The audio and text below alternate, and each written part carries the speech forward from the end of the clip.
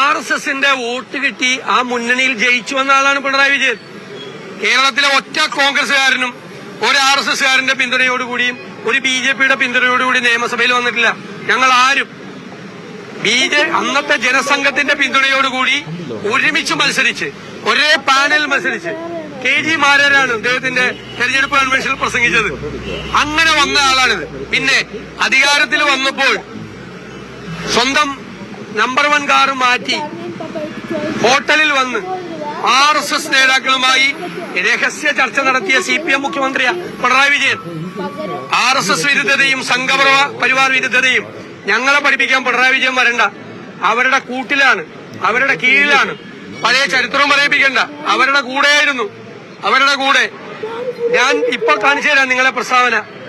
RSSുമായി കൂട്ടുകൂടേണ്ടി വന്നിട്ടുണ്ട് എന്ന പിണറായി വിജയന്റെ പ്രസ്താവന ഞാനിപ്പോ കേൾപ്പിച്ചുതരാം നിങ്ങളെ. എന്നിട്ട് എല്ലാവരും ചരിത്രം മറന്നുപോകും എന്ന് വിചാരിച്ചിട്ടാണ് ഇപ്പൊ RSS വരണ.